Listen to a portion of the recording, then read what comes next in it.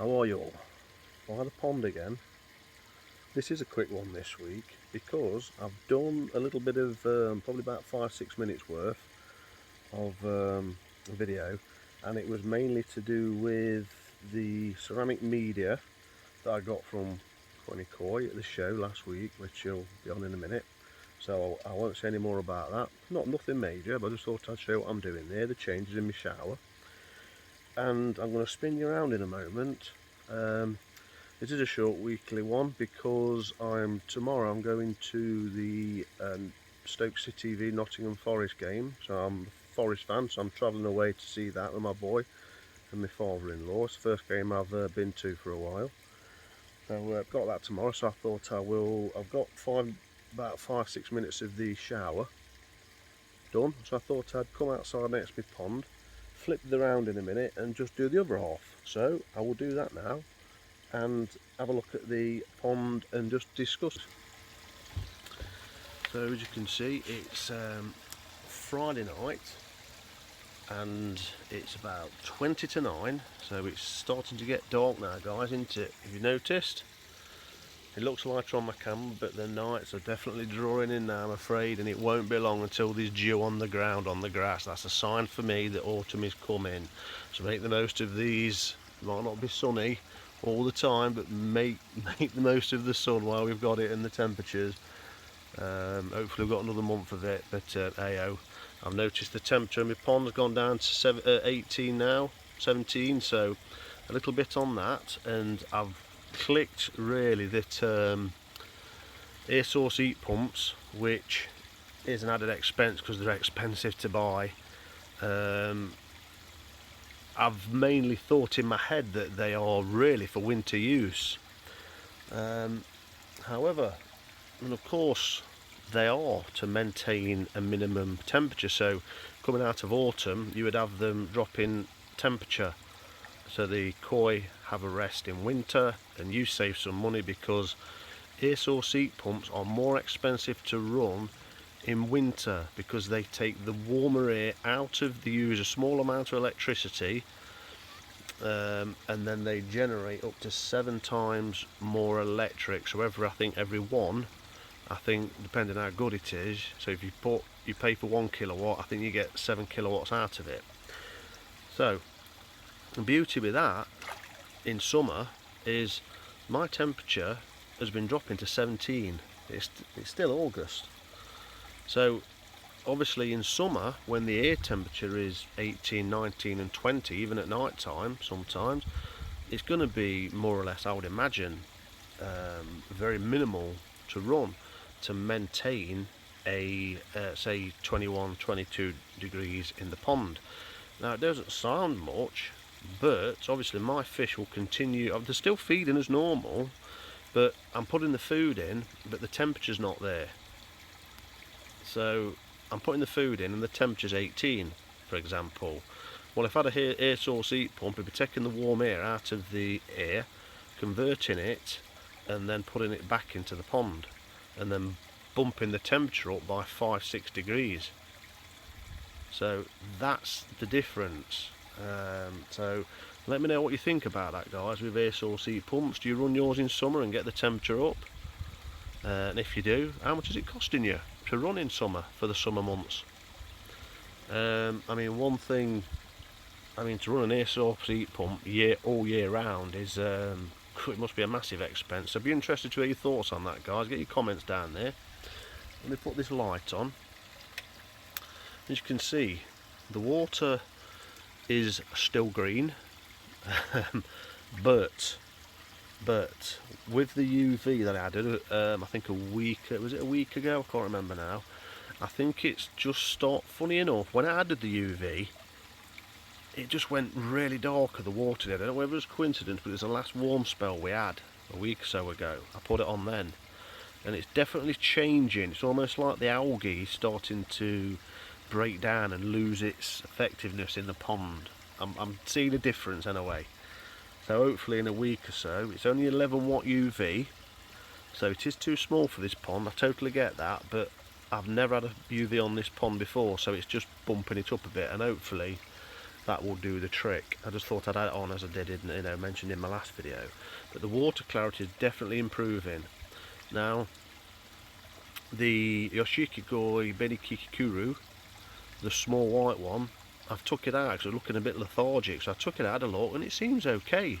But no, it was just, cruising a little bit. So I've took it out and I put it in my grow-on pond, which I'll show you another time. And it's I've put salt in there and it's at 0.3%. So that's something else I'm doing. I don't know if you can notice, but just there you can see, with the butter on top, just to weigh it down, you can see a feeder. So the feeder's set up now. I've set that up, got it working, got some batteries for it and tweaked it. It's all running nicely now. And what I've decided to do as well, I've decided to calculate the size of all my fish. So I had quite a few out over a week ago and before the national, and I measured quite a lot, and then I've estimated the size of other ones. So I went through every single fish and got a size. Now, I used to use Nijikawa koi food, and I got talking to one of the main people there, Cheyenne, and we had some good conversations, and he was telling me what some Japanese growers who use it on their mud ponds. So what I've done, he gave me a chart, and basically what it does is it says like 10 centimeters, and next to it what weight average 10 centimeter fish is, koi is, and then it will say 13 centimeters a weight, 15 a weight, 18 a weight, 20 a weight, so on and so forth. And what you can do then is, if you know the length of your fish, look at this chart so you know what the weight of the fish is, average, not the exact weight because you haven't had it out and weighed it, I'm not that into it. But then what you can do is, what they do on their mud ponds at this time of year, they give 1.5% of the body weight of the fish in food. So I weighed up, so I measured, went for all my fish, converted that to weight to 1.5% of the fish, and it came out that I should be feeding 235 grams of food per day for these fish in this pond. So that's what I've been doing. I've weighed it all out, and it is all in bags. So what I've noticed, my lighter stuff has, I've stopped giving it that now, so I was mixed in with this. This is pure with the high percentage protein now, and it's heavier per, so actually there's less food but more, with the same weight, so there's actually less volume of food going in because there's more in it, it's heavier obviously. So that's better, so hopefully I'm going to get less waste.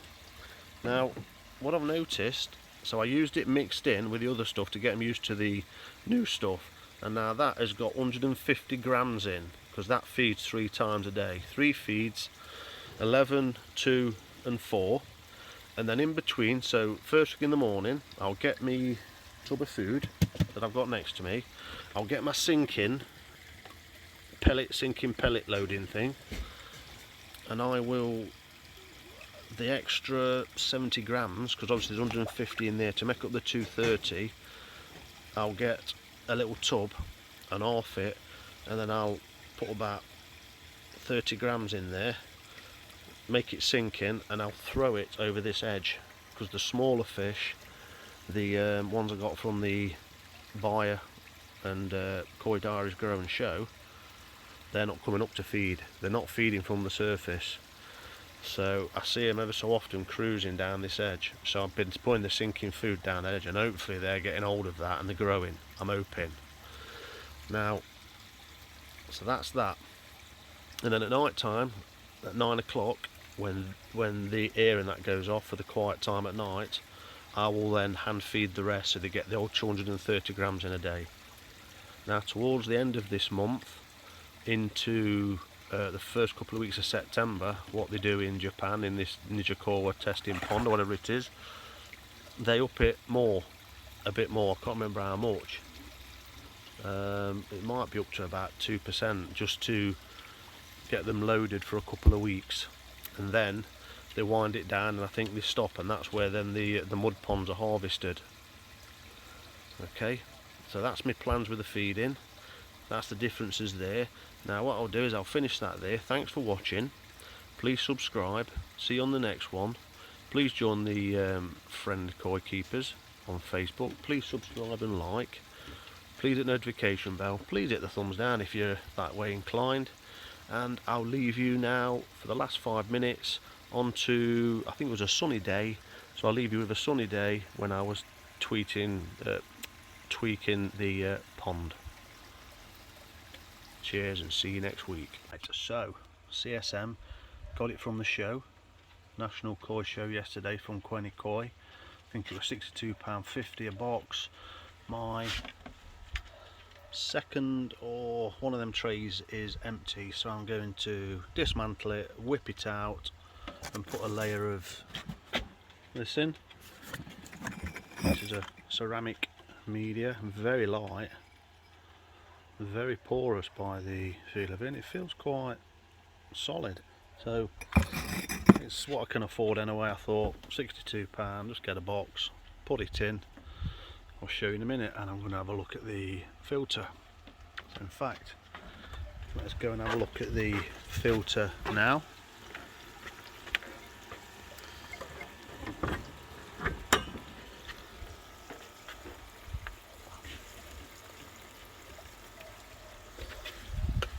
And what we've got, probably full. Is the tray, so I've got to get that out, turn the water off, get this out, so I've let it go too long. And, in fact, what I do is I'm just going to put that down and just let it run off. And then slowly roll it up.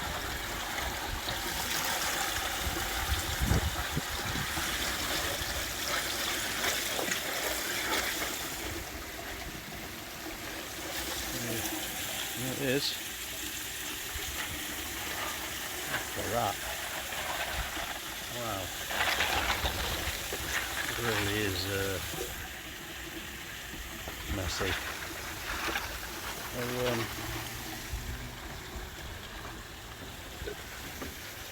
I've got to disconnect the pipe, take this out, and I want to swap. I think this one's empty, and I think I'm going to put that one higher up and put the stone lower down so it's got more protection, and then the top I'm just going to leave open for now.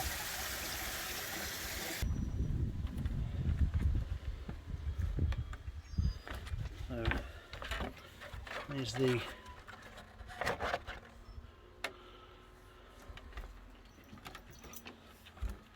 relatively quite clean, to be fair. Happy enough with that.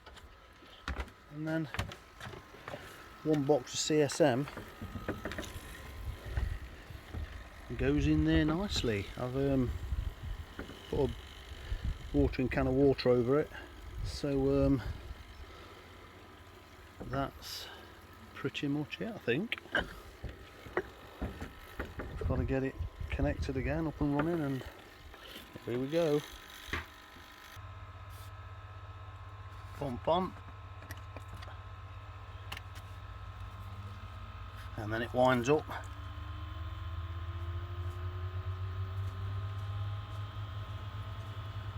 Let's see what's going off at the other end.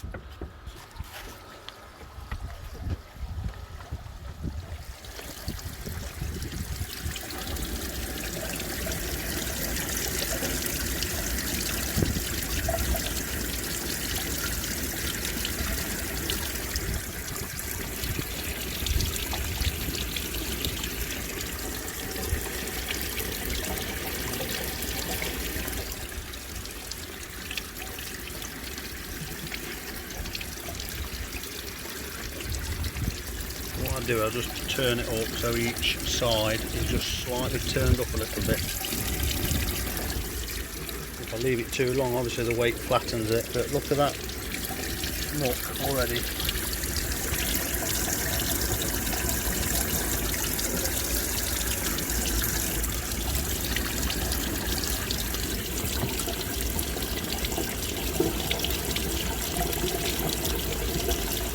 And that's with the first pass of water through it.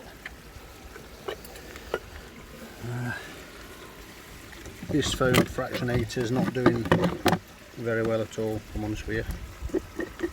I've just had a mess with it, set it up again, so hopefully you never know. Just got to pop the lid back on. Now, I think in a few weeks' time I'm going to order the Traco drum Minima sieve. Traco, it's a drum combo with 40 litres of bio, so watch out for that video in a few weeks' time.